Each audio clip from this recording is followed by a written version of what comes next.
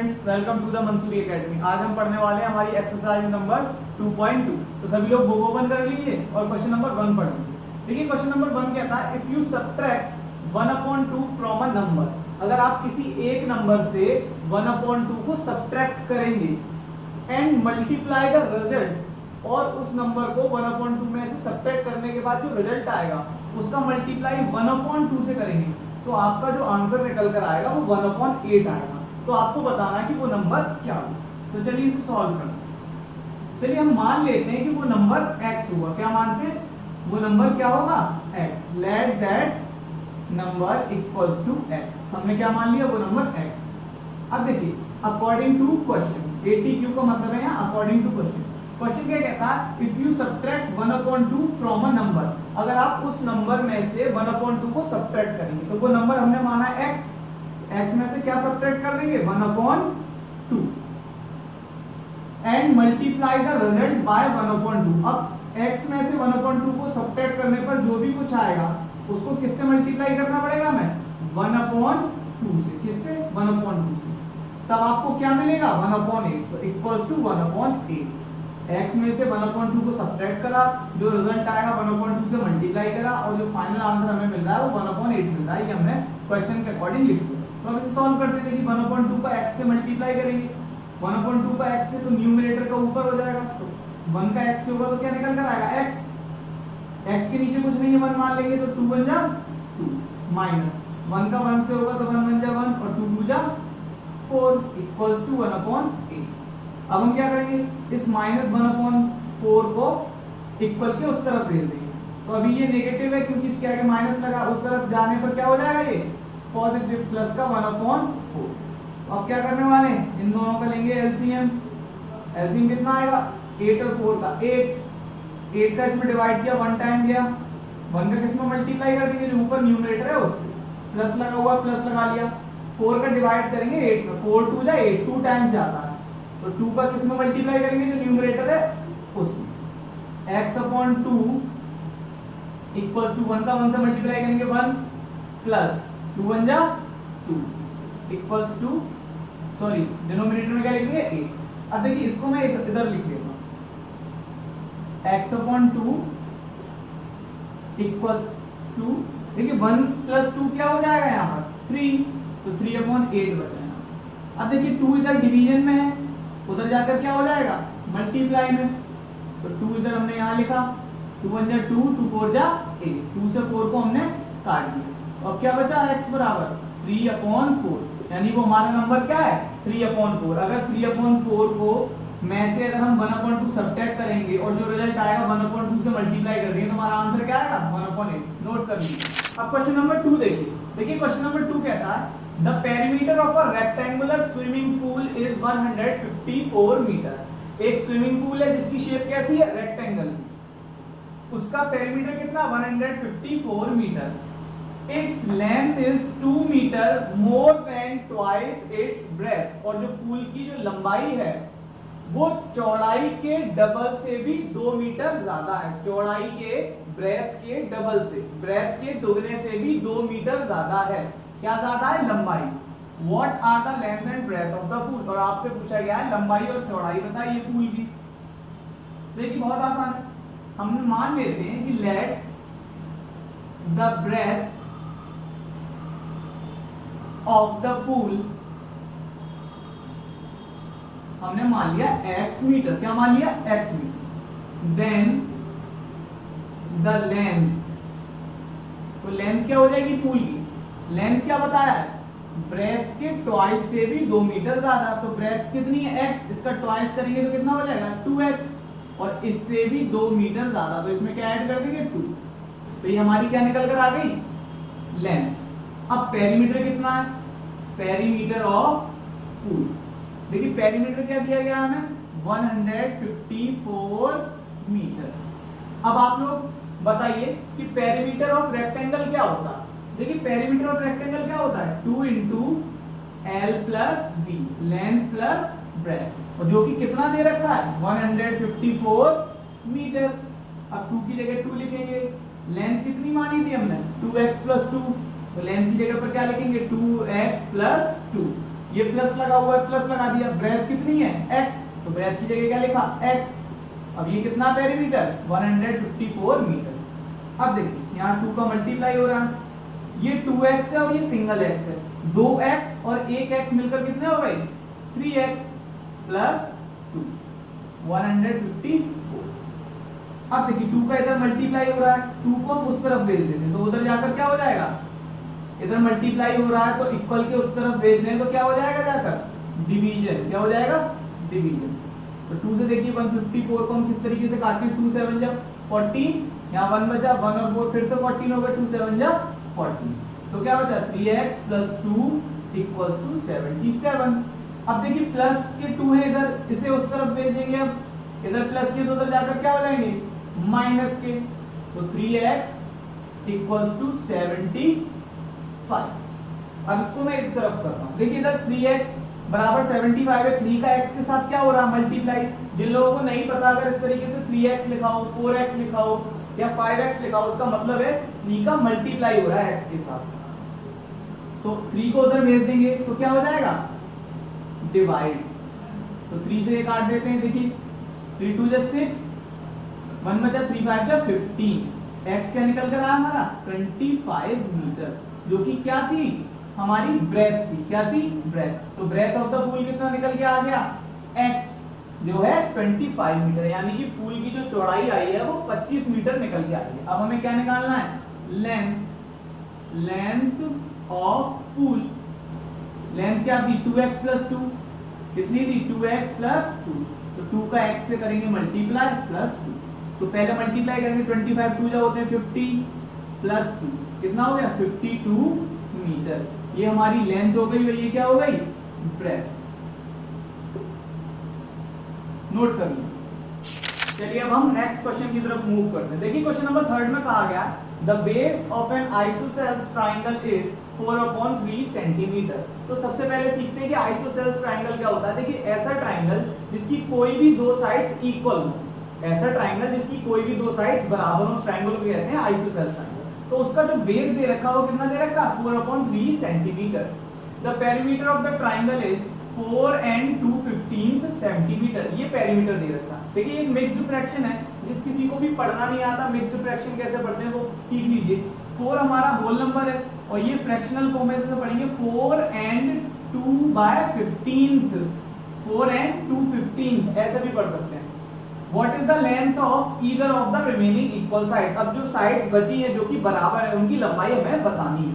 तो चलिए इसे करते हैं, मान लेते हैं कि जो बची साइड्स हैं उनकी जो लंबाई है वो x centimetre. Let the remaining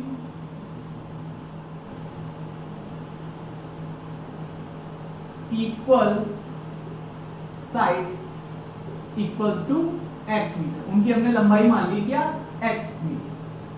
अब बेस की लेंथ क्या है, लेंथ ऑफ बेस वो कितना हमारे पास 4/3 सेंटीमीटर। अब पेरीमीटर क्या है, पेरीमीटर ऑफ आइसोसेल्स ट्रायंगल वो कितना है 4 and 2/15।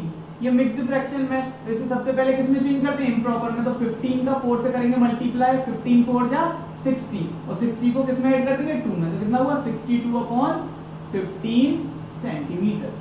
अब पेरीमीटर ऑफ ट्रायंगल हम निकालते कैसे, देखिए बहुत ही आसान है। पेरीमीटर ऑफ ट्रायंगल निकालने के लिए हम ट्रायंगल्स की तीनों साइड को क्या कर देंगे ऐड कर देंगे। तो एक साइड पे 4/3 सेंटीमीटर जो कि बेस है, बाकी की दोनों साइड्स की लंबाई क्या है x मीटर और x मीटर, क्योंकि दोनों जो साइड्स बची हुई हैं उनकी लंबाई इक्वल होगी क्योंकि आइसोसेल्स ट्रायंगल। इनका पेरीमीटर है कितना 62/15 centimetre.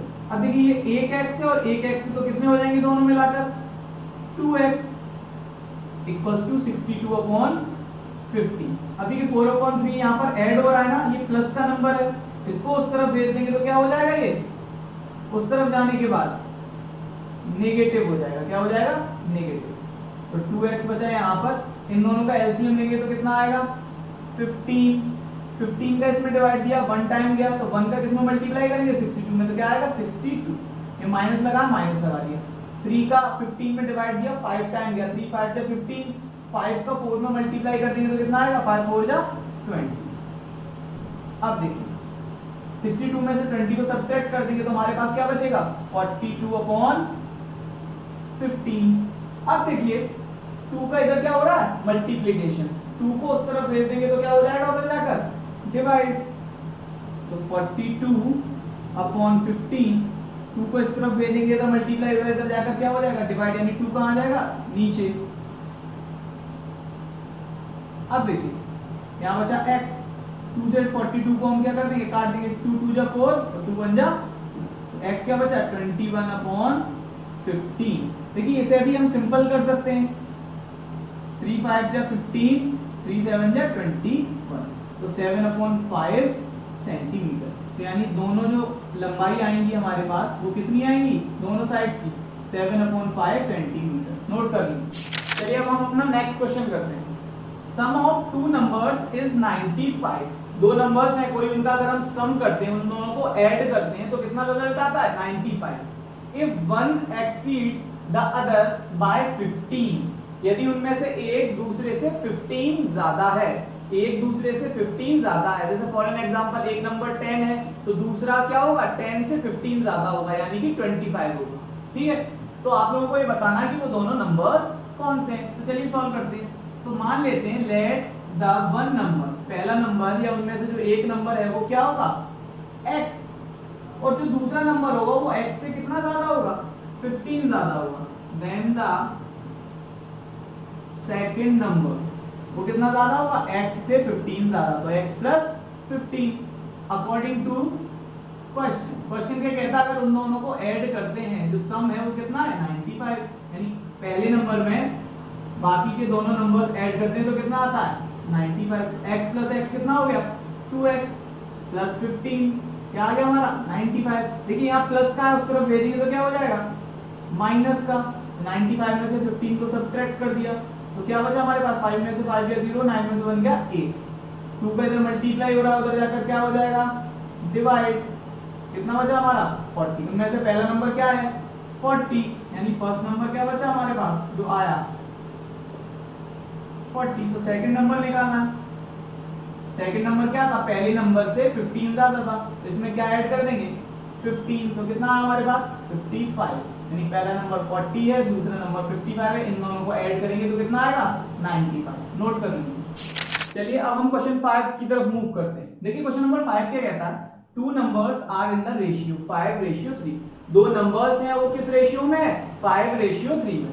If they differ by 18, यदि उन दोनों नंबर्स का जो डिफरेंस है वो क्या है 18, यानी कि अगर हम बड़े नंबर में से छोटा नंबर को सब्ट्रैक्ट करेंगे तो क्या रिजल्ट आएगा 18। तो व्हाट आर द नंबर्स। तो चलिए इसे सॉल्व करते हैं। मान लेते हैं लेट द नंबर्स को क्या मान लेते हैं कि रेशियो दे रखा 5:3। एक नंबर को मान लेते हैं 5x और एक को मान लेते हैं 3x। अब देखिए इस नंबर का रेशियो ज्यादा है तो ये वाला नंबर बड़ा होगा और इस नंबर का रेशियो कम है यानी कि ये वाला नंबर छोटा होगा। तो अकॉर्डिंग टू क्वेश्चन क्या कहता है कि उन दोनों का डिफरेंस कितना है 18 है, यानी बड़े नंबर में से छोटे वाले नंबर को अगर हम सब्ट्रैक्ट करते हैं तो क्या रिजल्ट आता है 18। अब देखिए 5x में से 3x को हम सब्ट्रैक्ट कर रहे हैं तो 5x में से 3x चले गए तो क्या बचे 2x, यहाँ क्या बचा 18। x का 2 के साथ क्या हो रहा है मल्टीप्लिकेशन, उधर जाकर क्या हो जाएगा डिवाइड, तो 2 से 18 को क्या करेंगे डिवाइड, यानी क्या बचा 9। x की वैल्यू क्या आ गई 9, जबकि हमारे नंबर क्या थे 5x और 3x। तो देन नंबर्स क्या होंगे हमारे, एक को हमने 5x माना था एक को 3x माना था, 5 का क्या हो रहा है x के साथ मल्टीप्लाई, x की वैल्यू कितनी है 9, तो 5 9 जा 45। एक नंबर है 45 और दूसरा नंबर 3 9 जा 27। एक नंबर 45 आया दूसरा 27 आया, अगर 45 में से 27 को सब्ट्रैक्ट करेंगे तो क्या बचेगा हमारे पास 18। नोट कर लीजिए। देखिए अब हम लोग नेक्स्ट क्वेश्चन की तरफ मूव करने वाले हैं। नेक्स्ट क्वेश्चन क्या कहता है 3 consecutive integers add up to 51। अगर 3 कंसेक्यूटिव इंटीजर्स हैं उन्हें ऐड किया जाए तो कितना आंसर आता है 51। तो कंसेक्यूटिव का मीनिंग समझिए, कंसेक्यूटिव का मतलब होता है लगातार, जैसे 3 4 5 6 7 8 12 13 14 ये नंबर्स लगातार हैं, उनको ऐड किया जाएगा तो क्या रिजल्ट आ रहा है 51। तो आपको बताना है वो कौन से इंटीजर। तो करते हैं, देखिए लेट द फर्स्ट इंटीजर, हम फर्स्ट इंटीजर क्या मान लेते हैं x, then the second integer. तो देखिए सेकेंड इंटीजर क्या होगा, अगर कोई भी नंबर्स हम लगातार लेते हैं, कोई 3 नंबर्स, ये इंटीजर है देखिए लगातार है 3 4 5, तो 3 और 4 में कितना डिफरेंस है 1 का, यानी 4 जो है वो 3 से 1 ज्यादा है, यानी पहला इंटीजर x था तो दूसरा इंटीजर क्या होगा x से 1 ज्यादा होगा। अब देखिए तीसरा जो इंटीजर है वो पहले वाले से कितना ज्यादा है 2, यहाँ पर 3 है, यहाँ पर 5 है, ये तीनों इंटीजर्स जो हैं लगातार हैं, कंसेक्यूटिव है 3 4 5। पहला इंटीजर जो था वो 3 माना हमने, दूसरा जो इंटीजर है पहले इंटीजर से 1 ज्यादा है, और जो तीसरा इंटीजर है वो पहले इंटीजर से कितना ज्यादा है 2। तो यहाँ पर जो थर्ड इंटीजर होगा, हमारा जो थर्ड इंटीजर होगा वो कितना होगा x प्लस 2। अब क्वेश्चन क्या कहता है, अकॉर्डिंग टू क्वेश्चन कि तीनों को अगर हम ऐड करते हैं x plus 1 plus x plus 2, कितना रिजल्ट आता है 51। तो सिंपली ऐड करते हैं 1x और 1x, टोटल यहाँ पर कितने x हैं 3x, तो तीनों को टोटल करने के क्या आया 3x, 1 प्लस 2 कितना हुआ 3 इक्वल्स टू 51। देखिए यहाँ पर ये प्लस का इसको उधर भेजेंगे तो क्या हो जाएगा, ये उधर जाकर सब्ट्रैक्ट 51 माइनस 3, कितना बचेगा रिजल्ट 48। 3 का इधर क्या हो रहा मल्टीप्लाई, उधर जाकर क्या हो जाएगा डिवाइड, तो 3 से ये कितने टाइम जाएगा 3 1 3 3 6 18, यानी x कितना आया 16, जो कि हमारा पहला इंटीजर है। अभी हमें क्या बताना है बाकी के दोनों इंटीजर, तो ये तो हमारा फर्स्ट इंटीजर था, फर्स्ट इंटीजर। अब देखिए सेकंड इंटीजर क्या होगा, वो इससे एक ज्यादा ही तो था, यानी 16 प्लस 1 वो कितना होगा 17। अब देखिए थर्ड इंटीजर क्या होगा, वो पहले वाले से कितना ज्यादा था 2, तो यानी 16 प्लस 2 क्या होगा 18। 16 17 18 तीनों हमारे लगातार इंटीजर है, अगर इन्हें हम ऐड करते हैं तो 51 आता, नोट कर लीजिए। चलिए अब हम करते हैं क्वेश्चन नंबर 7। क्वेश्चन नंबर 7 में कहा गया है the sum of 3 consecutive multiples of 8 is 888।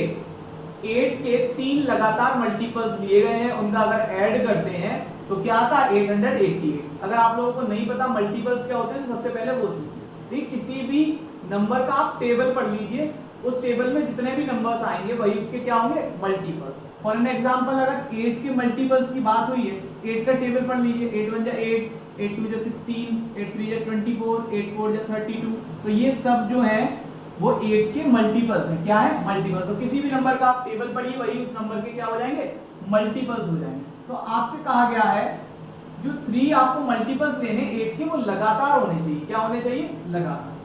तो late the first multiple of 8 हमने क्या मान लिया x, तो सेकंड मल्टीपल क्या होगा हमारा, ध्यान से देखिए, देखिए 8 पहला मल्टीपल है 8 का और 16 दूसरा मल्टीपल है। 8 और 16 के बीच डिफरेंस कितना है टोटल 8 का। तीसरा मल्टीपल होता है 24, तो 16 और 24 में डिफरेंस कितना 8 का, यानी 8 के जितने भी मल्टीपल होंगे उन सब में डिफरेंस कितना होगा 8 8 का होगा। तो यानी जो दूसरा मल्टीपल होगा वो कितना होगा x प्लस 8, कितना होगा x प्लस 8। अब थर्ड मल्टीपल हम मानते हैं, देखिए थर्ड मल्टीपल देखिए 8 में और 24 में डिफरेंस कितना टोटल 16 का, कितना 16 का। तो थर्ड मल्टीपल जो होगा वो पहले मल्टीपल से 16 ज्यादा होगा, कितना होगा ज्यादा होगा। अब अकॉर्डिंग टू क्वेश्चन, क्वेश्चन क्या कहता है तीनों को ऐड कीजिए, तो x plus 8 plus x plus 16 सम कितना आ रहा है 888। देखिए 1x तो टोटल कितने हैं 3x, 16 में 8 जोड़ेंगे तो कितना आएगा 24, तो 24 को उधर भेज देंगे, तो इधर ऐड हो रहा है उधर जाकर क्या हो जाएगा सब्ट्रैक्ट 3x, 8 में से 4 गया कितना बचा 4, 8 में से 2 गया 6 और 8 का 8। 3 का इधर क्या हो रहा है मल्टीप्लाई, उधर जाकर क्या हो जाएगा डिवाइड। देखिए 3 2 जा 6, यहाँ 2 बचेंगे 26 हो गया, 3 8 जा 24 फिर 2 बचे यानी 3 8 जा 24। तो x की वैल्यू क्या आ गई हमारी 200 288, यानी कि जो पहला मल्टीपल 8 का है वो कितना है 288, फर्स्ट मल्टीपल ऑफ 8 वो कितना निकल कर आया 288। तो सेकंड मल्टीपल क्या होगा उससे 8 ज्यादा, यानी 288 से 8 ज्यादा, ऐड कर देंगे 8 और 8 16, डन। तो कितना बचेगा 296। तीसरा मल्टीपल अब हम निकालने वाले हैं, थर्ड मल्टीपल ऑफ 8। देखिए 288 में क्या ऐड करेंगे अब हम 16, कितना आएगा 304। ये तीनों ही मल्टीपल हो गए 8 के, 288, 296 और 304। इन तीनों को आप जोड़ेंगे तो आपका रिजल्ट क्या आएगा 888। नोट कर लीजिए। अब हम क्वेश्चन नंबर 8 करते हैं। देखिए क्वेश्चन नंबर 8 में कहा गया है 3 consecutive integers are such that when they are taken in increasing order। 3 consecutive integers हैं, हम लोग सीख चुके हैं कि consecutive integers क्या होते हैं, जब उनको ऑर्डर में लिया जाता है इंक्रीजिंग ऑर्डर में। कौन से ऑर्डर में इंक्रीज, यानी बढ़ते हुए, पहले छोटा इंटीजर फिर बड़ा इंटीजर फिर उससे बड़ा integer, and multiplied by 2 3 and 4 respectively. और सबसे छोटे इंटीजर को 2 से मल्टीप्लाई करेंगे, उससे बड़े वाले को 3 से और उस सबसे बड़े वाले को 4 से, और जब उनको ऐड कर देंगे तो रिजल्ट क्या आ रहा है 74। तो आपको वो इंटीजर्स बताने कौन से, तो चलिए सॉल्व करते हैं। तो लेट फर्स्ट इंटीजर, पहला इंटीजर हम क्या मानते हैं x, तो सेकंड इंटीजर क्या होगा तो उसकी बड़ा x प्लस 1, ये अभी हम सीख चुके हैं इससे पहले वाले सवाल में। एंड थर्ड इंटीजर, तो थर्ड इंटीजर लगातार है, ये इससे 1 ज्यादा, तो तीसरा वाला क्या हुआ इससे 2 ज्यादा, यानी सबसे छोटा ये, उससे बड़ा ये, उससे बड़ा ये, अकॉर्डिंग टू क्वेश्चन। अब देखिए आपसे कहा गया है सबसे छोटे वाले को किससे मल्टीप्लाई करना है 2 से, तो 2 से हमने मल्टीप्लाई कर दिया, 2x का मतलब है 2 का मल्टीप्लाई x से। उसको ऐड किससे करना है x प्लस 1 से, लेकिन x प्लस 1 में मल्टीप्लाई किसका करना है 3 का, तो यहाँ हमने 3 का मल्टीप्लाई कर दिया, प्लस, और सबसे बड़ा कौन सा इंटीजर है x प्लस 2, और इसमें किसका मल्टीप्लाई करना है यानी 4 का। सबसे छोटे वाले में 2 का मल्टीप्लाई, उसके बड़े वाले में 3 का, सबसे बड़े वाले में 4 का मल्टीप्लाई करने के बाद उनको जब हम ऐड करते हैं तो क्या रिजल्ट आता है 74। अब देखिए ये 2x का 2x रहेगा, 3 का मल्टीप्लाई x से भी होगा, 3 का मल्टीप्लाई 1 से भी होगा, यानी दोनों से होगा। क्या होगा दोनों से, तो 3 का x से होगा 3x, 3 का 1 से होगा 3 1 जा 3, प्लस 4 का x से होगा तो 4x, और 4 2 जा 8, और 74 का 72। अब देखिए यहाँ पर 2x है, यहाँ पर 3x है, यहाँ पर 4x है। 2x और 3x कितने x 5x, 5x और 4x कितने x 9x, कितना सिंपल है। 8 और 3 कितना हुआ 11, कितना हुआ 11 इक्वल्स टू 74। 11 इधर किसका है प्लस का, उधर भेज देंगे तो किसका हो जाएगा माइनस का, तो 9x, 4 में से 1 गया 3, 7 में से 1 गया कितना बचा 6। 9 के अंदर क्या हो रहा है x के साथ मल्टीप्लाई, उधर जाकर क्या हो जाएगा डिवाइड, तो 9 7 जा 63, यानी जो हमारा पहला इंटीजर निकल कर आया वो कितना आया 7, यानी कि फर्स्ट इंटीजर वो क्या होगा हमारा x, जो कितना है 7। सेकंड इंटीजर वो क्या था x प्लस 1, यानी कि 7 प्लस 1 क्या रहा 8। अब देखिए थर्ड इंटीजर क्या होगा हमारा x प्लस 2, यानी कि 7 प्लस 2 इक्वल्स टू 9। ये तीनों इंटीजर्स रहे, नोट कर लीजिए। अब सभी लोग क्वेश्चन नंबर 9 पढ़ लीजिए। देखिए क्वेश्चन नंबर 9 में कहा गया है the ages of Rahul and Haroon are in the ratio 5:7। Rahul और हारून का जो एजेस का रेशियो दिया गया है वो 5:7, यानी राहुल का जो है वो 5 है और हारून का कितना है 7। 4 years later, the sum of their ages will be 56 years। 4 साल बाद, यानी अब से 4 साल बाद उनकी जो एजेस होंगी, जो उनकी उम्र होगी, अगर उन दोनों की उम्र को जोड़ दिया जाएगा तो कितना रिजल्ट आएगा 56 years। तो आप लोगों को बताना उनकी अभी उम्र कितनी है। तो चलिए सॉल्व करते हैं। Let present age of Rahul, Rahul की हम अभी की एज मान लेते हैं 5x, 5 इसका रेशियो तो क्या मान लेते हैं 5x। Let present age of Haroon, Haroon का हम क्या मानेंगे 7x। अब 4 साल बाद अब क्या मानते हैं हम, 4 साल बाद, after 4 years the age of Rahul. अब समझिए यहां पर, मान लीजिए अभी आपकी उम्र जो है वो 12 ईयर्स है। कितनी है? 12 ईयर्स। तो 4 साल बाद कितनी होगी? 12 प्लस 4, 16 ईयर्स। यानी अभी जो आपकी एज है उसमें हम क्या ऐड कर देंगे? 4। तो अभी जो राहुल की उम्र है उसमें हम क्या ऐड कर देंगे? 4। अब देखिए 4 साल बाद हारून की भी तो उम्र बढ़ेगी, हारून थोड़े इतना रहेगा। तो अभी उसकी उम्र क्या थी? 7x। तो 4 साल बाद इसकी भी उम्र में क्या ऐड हो जाएगा? 4। क्लियर? कितना सरल है। यहाँ ईयर्स लगा दीजिएगा।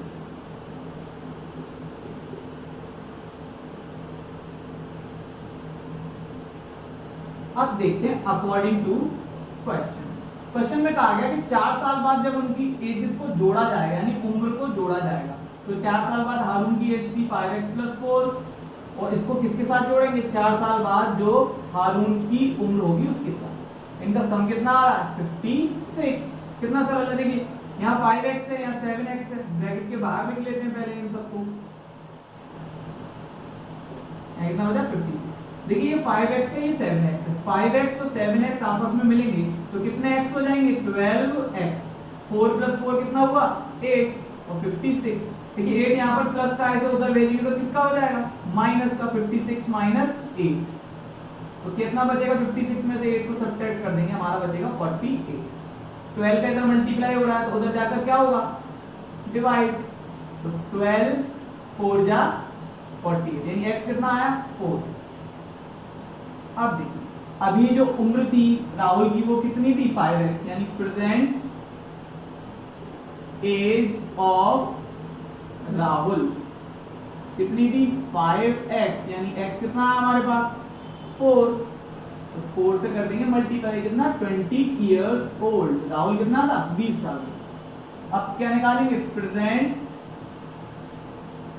As of Haroon. हारून की कितनी थी? 7x, यानी 7 में किसका मल्टीप्लाई कर दिया? 4। 7 4 जा 28। तो हारून कितनी उम्र का था? 28। नोट कर लेंगे। चलिए अब हम बढ़ते हैं अपने नेक्स्ट क्वेश्चन की तरफ। देखिए क्वेश्चन नंबर 10 क्या कहता है?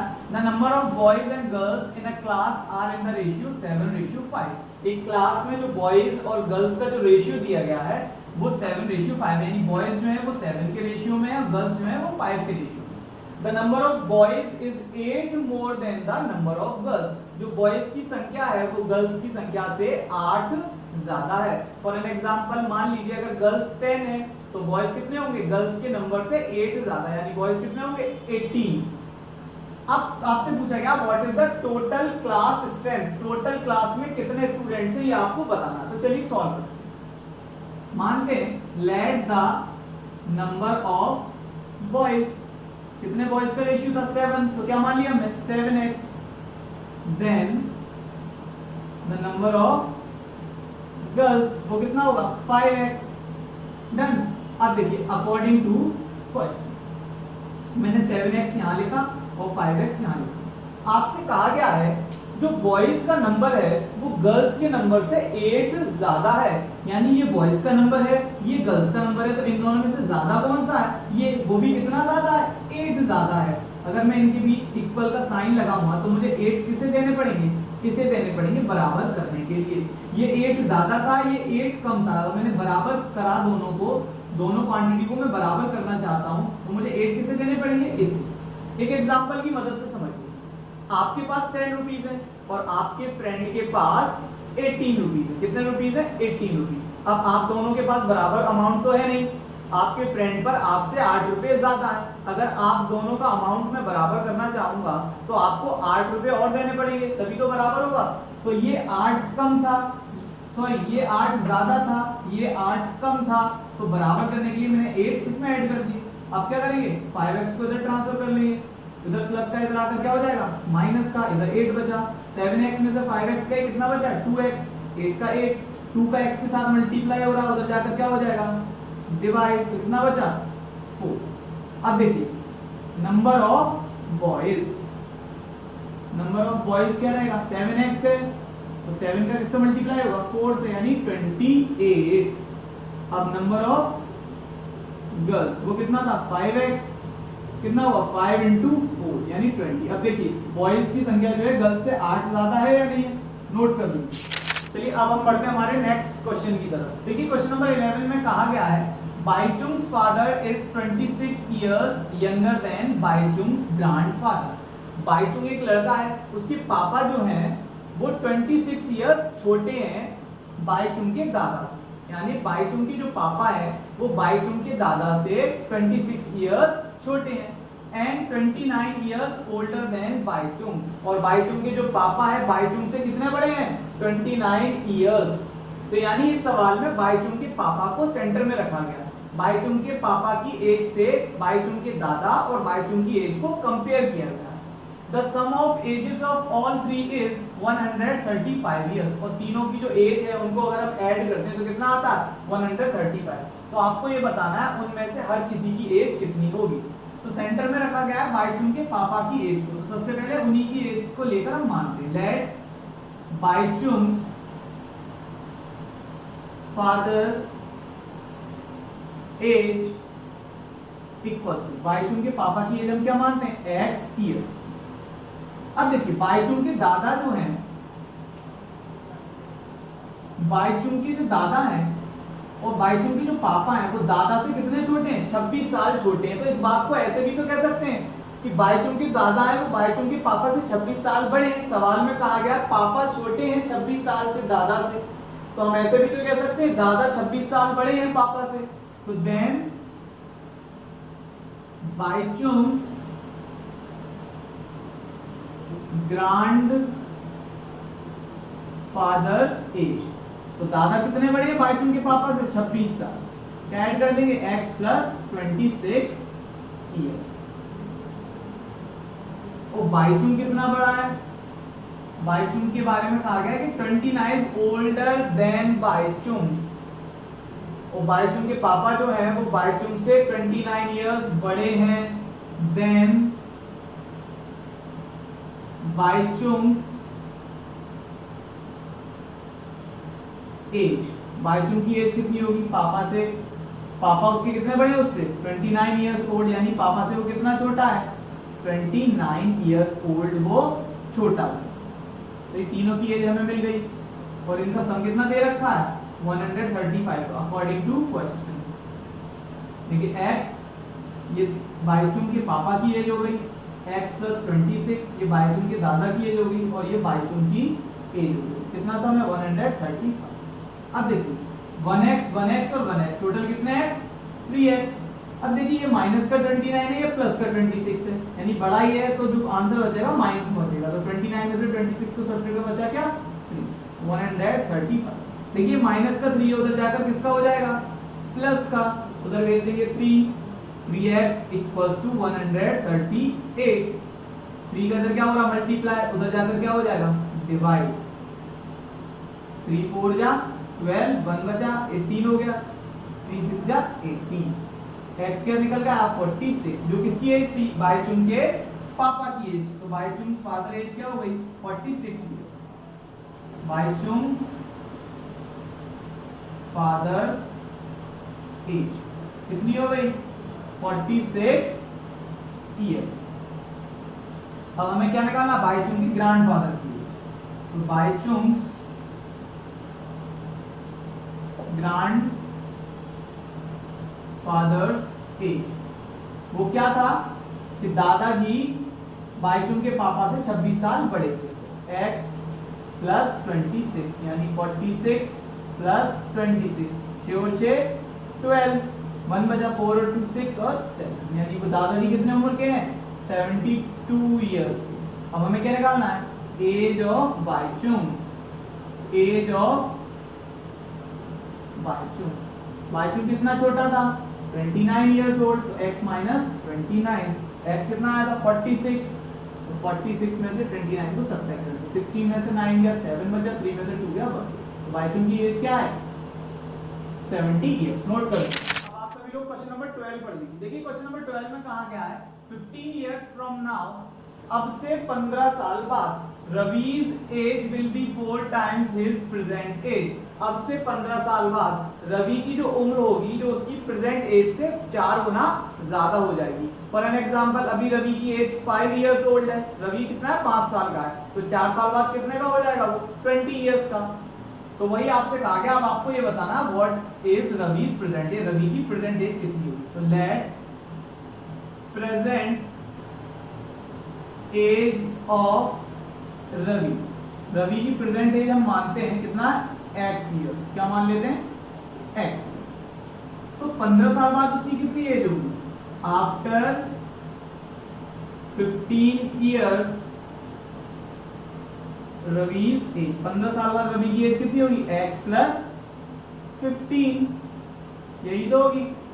अब आपसे कहा गया है अकॉर्डिंग टू क्वेश्चन कि कितनी होगी 15 साल बाद, जो उसकी प्रेजेंट एज होगी उसका 4 टाइम, यानी समझिए 15 इयर्स फ्रॉम नाउ, अब से 15 साल बाद रवि की जो प्रेजेंट एज होगी वो प्रेजेंट एज का कितना होगी 4 टाइम। तो 15 साल बाद रवि की एज कितनी थी x प्लस 15, और ये x प्लस 15 है कितना प्रेजेंट एज का 4 टाइम, यानी किसके बराबर है प्रेजेंट एज का 4 टाइम 4x।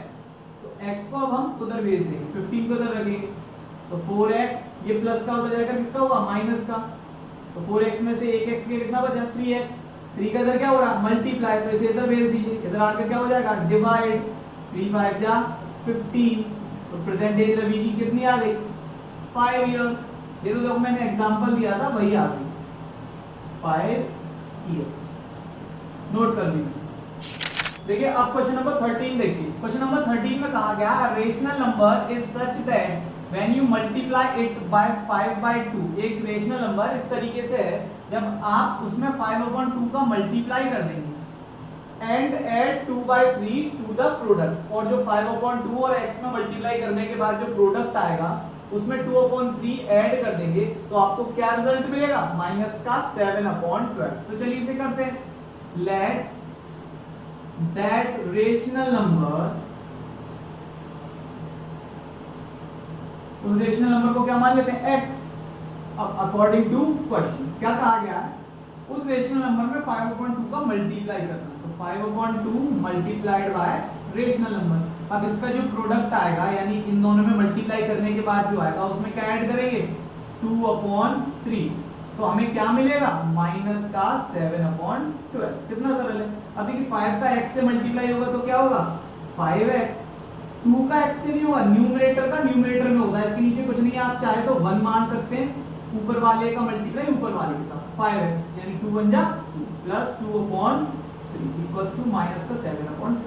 देखिए यहाँ 2/3 प्लस का इसको उधर भेज देते तो क्या बचेगा हमारे पास, ये तो प्लस का उधर जाकर किसका हो जाएगा माइनस का।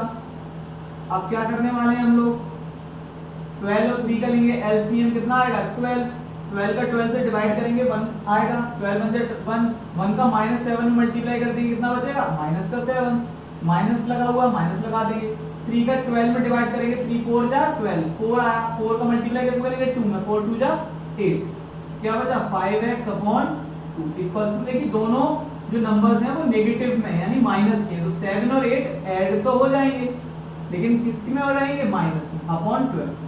अब देखिए यहाँ पर क्या हो रहा है 2 डिवीजन में और 5 मल्टीप्लिकेशन, 2 किसमें डिवाइड और 5 किसमें मल्टीप्लाई, तो 2 को जब हम इधर लेकर आएंगे 2 तो आ जाएगा मल्टीप्लाई में और 5 यहाँ पर मल्टीप्लाई में, तो ये कहाँ आ जाएगा डिवीजन। अब 5 को 15 से काट देंगे, 5 3 जा 15 और 12 को 2 से 2 6 जा 12, तो हमारे पास यहाँ क्या बचा माइनस का 3/6, यानी x की क्या वैल्यू आई माइनस का 3/6। तो वो रेशनल नंबर कौन सा है माइनस का 3/6, नोट कर लीजिए। चलिए अब हम लोग क्वेश्चन नंबर 14 पढ़ने जा रहे हैं। देखिए क्वेश्चन नंबर 14 कहता है Lakshmi is a cashier in a bank, Lakshmi bank में कैशियर है, कैशियर उसे कहते हैं जो पैसों का लेन देन करते हैं। She has currency notes of denominations 100 rupee 50 rupee and 10 rupees respectively, उसके पास कुछ नोट है, नोटों की गड्डी है, वो 100 रुपए के फॉर्म में है, 50 रुपए के फॉर्म में और 10 रुपए के फॉर्म में, यानी कि जो उसके पास नोट है वो 100 रुपए के नोट है बहुत सारे, 50 रुपए के नोट है बहुत सारे और 10 रुपए के नोट है बहुत सारे। The ratio of the number of these notes, अब कितने नोट हैं 100 रुपए और 50 रुपए और 10 रुपए के, उनका रेशियो हमें दे रखा है 2:3:5, यानी जो 100 रुपए की नोट है उनका रेशियो 2 है, 50 रुपए की नोट है उनका रेशियो 3 है और 10 रुपए की जो नोट है उनका रेशियो 5 है। The total cash with Lakshmi is 4 lakh rupees. अब टोटल कैश कितना है लक्ष्मी के पास 4 लाख रुपए। तो आप लोगों को ये बताना है कि लक्ष्मी के पास 100 रुपए के कितने नोट हैं, 50 रुपए के कितने नोट हैं और 10 रुपए के कितने नोट हैं। How many notes of each denomination does she have. तो चलिए इसे सॉल्व करते हैं। मान लेते हैं let the number of notes of 100 rupee, 50 rupee and 10 रुपी। हम क्या मान लेते हैं 100 रुपए, 50 रुपए, 10 रुपए के उसके पास नोट कितने हैं, जो रेशियो दे रखा है 100 का दे रखा है 2 यानी 2x, 50 रुपए का दे रखा है 3 यानी 3x और 10 रुपए का कितना दे रखा 5 यानी कि 5। हमने ऐसा मान लिया कि 100 रुपए के नोट उसके पास कितने हैं 2x, 50 रुपए के नोट कितने हैं 3x और 10 रुपए के नोट कितने हैं 5x। ऐसा हमने मान लिया। अब देखिए वैल्यू ऑफ 100 रुपी नोट्स। अब नोट्स तो हमने मान लिए कि 100 रुपए के इतने, अब उनकी वैल्यू कितनी होगी। फॉर एन एग्जांपल अगर आपके पास 100 रुपए के 5 नोट हैं तो उनकी वैल्यू कितनी होगी 500 रुपीज। समझ में आ गया ना। अगर आपके पास 50 रुपए के 10 नोट्स हैं तो उनकी भी वैल्यू कितनी होगी 500 रुपीज। फॉर एन एग्जांपल आपके पास 10 रुपए के 3 नोट्स हैं तो उनकी वैल्यू कितनी होगी 30। तो वही हमें बताना है कि 100 रुपए की नोट की जो वैल्यू होगी वो कितनी होगी। देखिए नोट कितने हैं 2x, वैल्यू बताने के लिए क्या करेंगे इसमें 100 का मल्टीप्लाई करेंगे। जैसे आपके पास 5 नोट है 100 रुपए के तो वैल्यू आप बताएंगे तो क्या करेंगे 5 में मल्टीप्लाई तो करेंगे जितने का नोट है, यानी 100 का नोट है और कितने हैं 2x, तो मल्टीप्लाई करने के बाद वैल्यू कितनी आएगी 200x। ये वैल्यू है। Value of 50 rupee note. Note कितने थे 3x, तो वैल्यू बताने के लिए क्या करेंगे 50 का मल्टीप्लाई यानी 150x। वैल्यू ऑफ 10 रुपी यानी वो कितना है 5x इंटू 10 यानी कितनी वैल्यू होगी 50। अब देखिए उसके पास टोटल कैश कितना है 4 लाख यानी अकॉर्डिंग टू क्वेश्चन तो 200x plus 150x plus 50x कितना होगा ये 4 लाख के इक्वल। इनको ऐड कर देंगे 150 और 50 200 200 और 200 400x इसके इक्वल है ये 4 लाख के। डन। 400 का x से मल्टीप्लाई हो रहा तो जाकर क्या हो जाएगा डिवीजन। देखिए 2 0 से 2 0 कट गए और 4 बन जा 4। हमारे पास x की वैल्यू क्या आई 1 0 0 और x की वैल्यू कितनी आई 1000। अब हमें क्या बताना था उसे कितने नोट थे, तो 100 रुपए के उसके पास कितने नोट थे 2x। तो मैं इधर कर देता हूं नंबर ऑफ 100 रुपी नोट कितने थे 2x और x की वैल्यू कितनी है 1000 यानी 2x तो 2 इंटू 1000। 100 रुपए के कितने नोट थे 2000। Number of 50 rupee note. 50 रुपी के नोट्स का जो हमने रेशियो नोट्स माने थे वो 3x था यानी 3 इंटू 1000 तो कितना हो जाएगा 3000। 50 रुपी के कितने नोट्स थे 3000। अब देखिए नंबर ऑफ 10 रुपी नोट्स वो कितने माने थे हमने 5x यानी 5x यानी 5 का 1000 से होगा मल्टीप्लाई यानी 5000। 100 रुपए के नोट 2000 थे, 50 रुपए के नोट 3000 थे और 10 रुपए के नोट 5000। नोट कर लीजिए। चलिए अब हम लोग क्वेश्चन नंबर 15 की तरफ बढ़ते हैं। देखिए क्वेश्चन नंबर 15 में कहा गया है I have a total of 300 rupees in coins. मेरे पास 300 रुपीज है कॉइन्स के फॉर्म में। किस फॉर्म में कॉइन्स यानी सिक्के हैं 300 रुपए के of denomination 1 rupee 2 rupee and 5 रुपी। यानी जो कॉइन्स है मेरे पास वो 1 रुपी, 2 रुपी और 5 रुपी की फॉर्म में है, यानी 1 रुपए के सिक्के भी हैं, 2 रुपए के सिक्के भी हैं और 5 रुपए के भी सिक्के हैं। The number of 2 rupee coins, जो 2 रुपए के कॉइन्स की जो नंबर है वो कितना है, is 3 times the number of 5 rupee coins, यानी 2 रुपए के जितने भी कॉइन्स होंगे वो कितने होंगे, जितने 5 रुपी के कॉइन्स होंगे उससे 3 गुना ज्यादा। The total number of coins is 160, आपसे कहा गया है जो टोटल कॉइन है वो कितने 160, तो आपको ये बताना है कि जो टोटल कॉइन्स है उनका कितना नंबर, यानी 1 रुपी के कॉइन कितने हैं, 2 रुपी के कॉइन कितने हैं और 5 रुपी के कॉइन कितने हैं। तो देखिए लेट द नंबर ऑफ, अब हमें मानेंगे किसका सबसे पहले, आपसे जो कहा गया 2 रुपी के जो कॉइन है 5 रुपी के कॉइन से 3 टाइम्स ज्यादा, तो हम सबसे पहले किसका मानेंगे 5 रुपी के, नंबर ऑफ 5 रुपी कॉइन्स हमने कितना मान लिया x, then the number of 2 rupee coins वो कितने हैं x, 5 रुपी के कॉइन है इनसे कितना 3 टाइम्स, यानी कितने हो जाएंगे 3 टाइम्स। अब देखिए ये 5 रुपी के कॉइन का नंबर है, ये 2 रुपी के कॉइन्स का नंबर है, और बाकी के जो बचे होंगे वो किसके कॉइन होंगे 1 रुपी के कॉइन होंगे, और आपको टोटल कॉइन भी दे रखे हैं 160।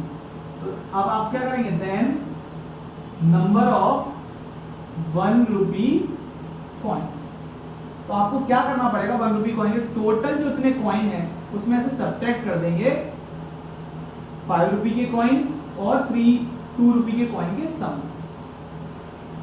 तो 160 माइनस 4x, 1x और 3x कितना होगा 4x। ये 5 रुपी के कॉइन का नंबर हो गया, ये 2 रुपी के कॉइन का हो गया और ये 1 रुपी के कॉइन का नंबर हो गया, ये नंबर है कॉइन्स का। अब हमें क्या निकालना है, इनकी value, value of 5 rupee coin. देखिए अगर आपके पास 5 रुपी के 4 कॉइन है तो उनकी वैल्यू कितनी होगी, 5 4 जा 20, तो हमारे पास कॉइन कितने हैं 5 रुपी के x, इनकी वैल्यू निकालनी है, किससे मल्टीप्लाई करेंगे 5 से, तो कितनी वैल्यू हुई 5x, तो वैल्यू ऑफ 2 रुपी कॉइन्स, तो कितनी वैल्यू निकालनी क्या करेंगे इसमें 2 का मल्टीप्लाई करेंगे यानी 6x, और वैल्यू ऑफ 1 रुपी कॉइन, तो इसमें किसका मल्टीप्लाई करेंगे 1 का, तो इसमें 1 का मल्टीप्लाई कर भी देंगे तो वैल्यू क्या रहेगी सेम रहेगी, क्योंकि 1 का किसी में मल्टीप्लाई करते हैं तो वही। अब अकॉर्डिंग टू क्वेश्चंस, तो मेरे पास रुपए कितने हैं 300, यानी ये वैल्यू को ऐड करेंगे तो किसके बराबर होने चाहिए 300 के बराबर, 6x प्लस 160 माइनस 4 किसके बराबर है 300। तो देखिए 5x और 6x टोटल कितना है 11x plus 160 minus 4x equals to 300। अब 11x प्लस के ये माइनस के, तो 11x में से 4x चले गए तो कितने x बचे हमारे पास 7x, कितने x बचे 7x, और प्लस का 1600 यही रहा, सॉरी 160 और ये रहा 300, ये प्लस का 160 ऐसे उधर ट्रांसफर करेंगे तो क्या हो जाएगा उधर जाकर माइनस का, डन। तो 7x इक्वल्स टू 300 में से 160 सब्ट्रैक्ट कर देंगे तो बचा 140, 7 का इधर क्या हो रहा मल्टीप्लाई, इधर जाकर क्या हो जाएगा डिवाइड, कितना बचा x की वैल्यू 20, यानी x क्या है 20, और ये क्या है हमारे पास नंबर ऑफ 5 रुपी कॉइन, क्या है नंबर ऑफ 5 रुपी कॉइन्स।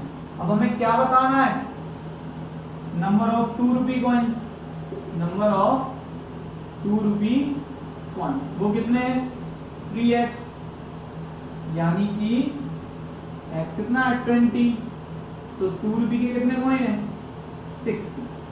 अब हमें क्या निकालना है नंबर ऑफ 1 रुपी कॉइन्स, कितने कॉइन से, ये तो 160 माइनस 4x था, 160 माइनस 4 इंटू 20, 160 में से 20 और 4 का मल्टीप्लाई 80, तो कितना बचा 1 रुपी के कॉइन 80, 60 2 रुपी के कॉइन थे, 80 1 रुपी के कॉइन थे, और 5 रुपी के कॉइन कितने थे 20। आप इन सबको जोड़ेंगे ऐड करेंगे तो कितने कॉइन्स आएंगे 160, नोट कर लीजिए। चलिए अब हम इस एक्सरसाइज का लास्ट क्वेश्चन करने वाले हैं, सभी लोग क्वेश्चन नंबर 16 पढ़ लीजिए।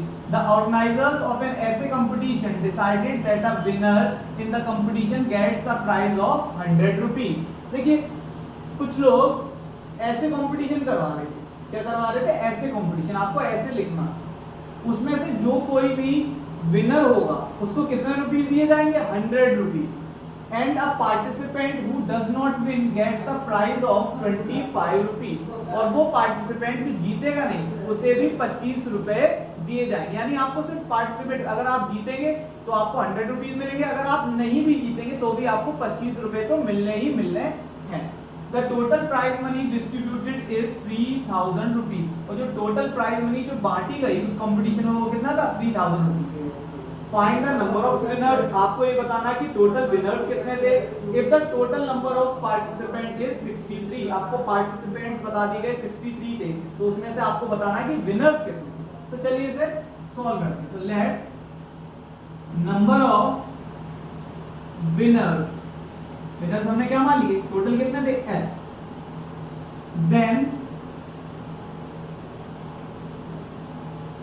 Number of participant who does not win, जो जीते नहीं वो पार्टिसिपेंट्स का नंबर क्या हुआ, देखिए टोटल थे 63, x जीत गए, तो जो नहीं जीते वो क्या होंगे 63 में से हम x को सब्ट्रैक्ट कर देंगे, मतलब ये जो क्वांटिटी है वो लोग हैं जो जीते नहीं, उन्होंने पार्टिसिपेट तो किया, ठीक है। अब देखिए जो विनर्स हैं उनको कितने रुपए मिल रहे हैं 100 रुपए। मान लीजिए फॉर एन एग्जांपल विनर थे 5, तो सबको कितने रुपए मिलेंगे 500 रुपीज, यानी हम 100 का मल्टीप्लाई 5 से कर देंगे, तो वैल्यू या मनी विच विनर्स गॉट, वो मनी जो विनर्स को मिली, यानी x विनर्स थे और हर किसी को 100 रुपीज दिए गए, तो कितनी money milli 100x money which, देखिए जो जीते नहीं, जो बाकी के बचे यानी वो हार गए, लूजर्स थे, तो विच लूजर्स गॉट, वो पैसा जो जीते नहीं उनको कितना मिलेगा, देखिए वो कितने थे 63 माइनस x, कितने लोगों को कितने रुपए दिए जाएंगे 25 रुपए, क्योंकि ये जीते नहीं थे, तो इसका इससे क्या कर देंगे मल्टीप्लाई। अब देखिए ये मनी वो थी जो जीते नहीं उन लोगों को दी गई, ये मनी वो है जो जीते थे उन लोगों को दी गई, और टोटल कितनी मनी है 3000 rupees according to question. 100x plus 25 multiplied with 63 minus x, वो कितनी थी 3000 रुपीज। तो 100x हम यहाँ लिखेंगे, 25 का 63 से मल्टीप्लाई करेंगे तो आएगा 1575, और 25 का x से कर देंगे तो कितना आएगा 25x इक्वल टू 3000। अब देखिए ये 100x है, ये माइनस का 25x है, ये बड़ा है, तो 100 में से 25 को माइनस कर देंगे क्या हो जाएगा 75x, यहाँ क्या बचा 1575 इक्वल टू 3000।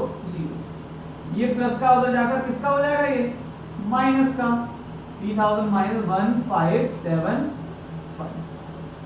चलिए अब इसको इससे सब्ट्रैक्ट कर लेंगे, तो बहुत सिंपल है, इधर से बोरो इसमें लो, इधर से बोरो इधर लो, इधर से बोरो इधर लो, इधर हो गया 10, 10 में से 5 गया कितना बचा 5, 9 में से 7 गया कितना बचा 2, 9 में से 5 गया कितना बचा 4, और 2 में से 1 गया कितना बचा 1। इधर 75 का क्या हो रहा है मल्टीप्लाई, तो उधर जाकर क्या हो जाएगा डिवाइड।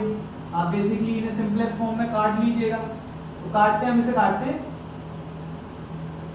5 के टेबल, 5 1 जा 5, यहाँ 2 बचे, 5 5 जा 21, इसे भी काटते हैं, 5 2 जा 10 या 4 बचे 42, 5 8 जा 42 बचे 25, 5 5 जा 25, तो हमारे पास क्या बचा अभी 285 अपॉन 50। इसे फिर सिंपल कर लेते हैं, 5 3 जा 15, 5 5 जा 25, 3 बचा 3 या 5 35, 5 7 जा 30, तो कितना बचा 57 अपॉन 3। इसे फिर सब सिंपलेस्ट फॉर्म में, तो कितने टाइम जाएगा 19 टाइम, यानी जो विनर्स थे उनका नंबर क्या था 19, तो आप लिख सकते हैं नंबर ऑफ विनर्स, यही हमें बताना था कितने थे 19। नोट कर लीजिए डियर स्टूडेंट्स, यहाँ पर हमारी एक्सरसाइज फिनिश हो गई है। उम्मीद करता हूँ आप सभी लोगों को समझ में आ गया होगा। अगर फिर भी किसी की कोई प्रॉब्लम है तो मुझे कमेंट में पूछ लीजिए, मैं वहाँ रिप्लाई कर दूंगा।